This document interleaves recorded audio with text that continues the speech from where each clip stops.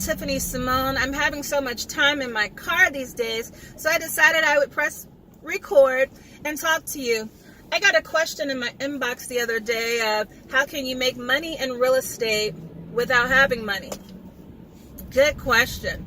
Well, I'm going to share something with you. When I first started doing real estate, I was about 16, 17 years old, and I had this investor who owned a mortgage company that was teaching me stuff. And so he kind of used me to do all of the stuff he didn't do. So I became what is called a bird dog, and that's wholesaling. Wholesaling is when you find someone that owns a house, hopefully free and clear, or owes a little bit of money, or has a substantial amount of equity. Equity is the amount of money that you have in your house, so the value. So I'll give you an example. Your house is valued at $300,000, but you only owe $100,000. So you take 100 minus from 300, 200 is your amount of equity. So if you're able of finding a person that's willing to sell their house, you are going to put them under a contract that you are allowed to sell their house for a price that is agreed upon. Now you, the wholesaler, bird dog, will then find a buyer.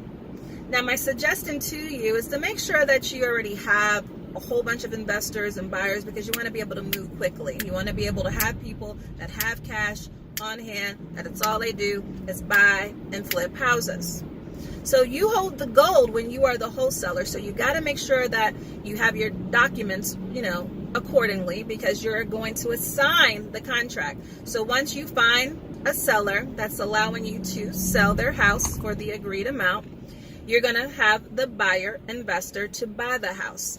But you're not taking any monies from them per se. So let me tell you how I did mine.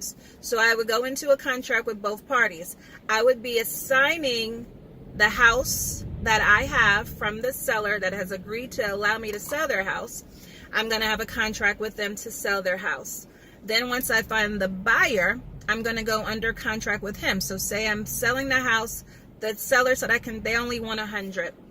The house is valued at 150 as is, but the after repair value is 300,000. So I'm not going to be greedy if I'm wanting a quick sell.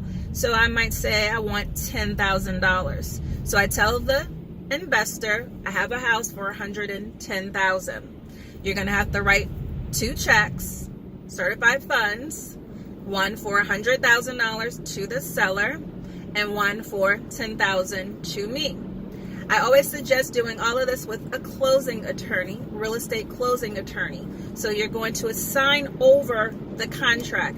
You didn't have to put any funds up. The only person that's putting funds up is the buyer. Your only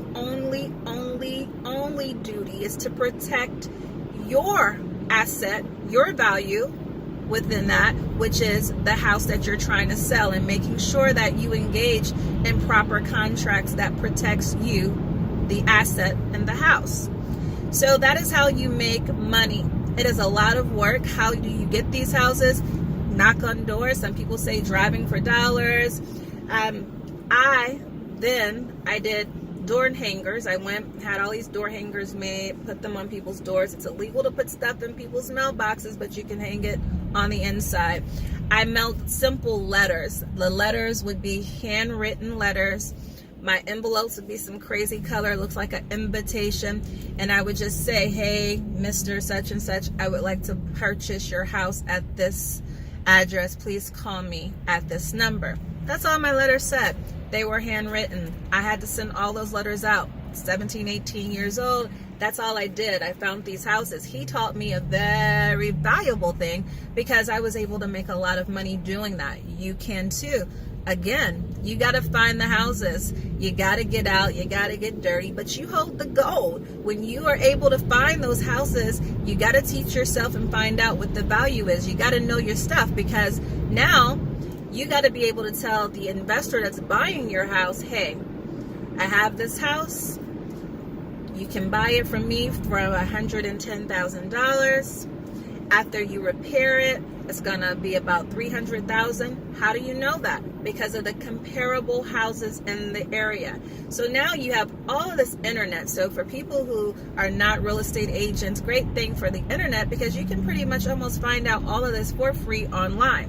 So if you went to Zillow, Realtor.com, Redfin, or so many websites that will give you estimates. Those estimates can be sometimes low, but what you're looking for are houses that are identical in size, like square footage, the rooms, bedrooms, and bathrooms.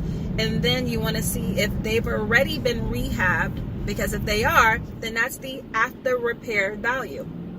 And then, so you want to be able to also be able to gauge how much it's going to cost this. So now you're going to have to get some contractors, GCs, general contractors, to come out, walk through the house, and teach you how to be able to give an estimate of what a new kitchen would cost, of what a new half bathroom would cost, so you can start doing your own repairs estimate that it's $20,000 for a kitchen, $5,000 for a half bathroom, $10,000 for a full bathroom, flooring, carpet. Does it need new plumbing? Is it an old house? You got to be real careful with those. So that is wholesaling, bird dogging. You can do this with no money. People see all of these commercials about how can I make money in real estate without having money. That is the easiest way, one of the easiest ways. That's all I'm going to talk about on this session in my car conversation. Your girl, Tiffany Simone. So again, wholesaling is a way that you can do business. You got to be careful and make sure that you protect yourself.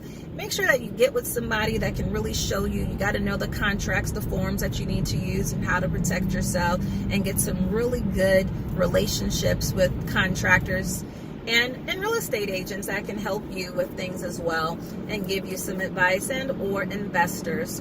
So again, make sure that you sometimes partner with someone. It's better to partner with someone that knows what they're doing. Make a little bit of something. I call it paying tuition, to get their knowledge, to gain their wisdom, and then to be able to do it on your own. You don't want to go out there trying to do things online and just do it, but you can, because YouTube, boy, I tell you, has so much great information. You can get a bachelor's degree on YouTube and finding out how to do this. So I'm your girl, Tiffany Simone, coming at you with my car conversation. Today, you learned how to do a wholesale. Don't go out there and just try to do it, but it is good money. And if you find any houses, hey, I buy them. I buy all houses. Call me with a good one. I might be your great investor to buy the house. It's your girl. Have a good day.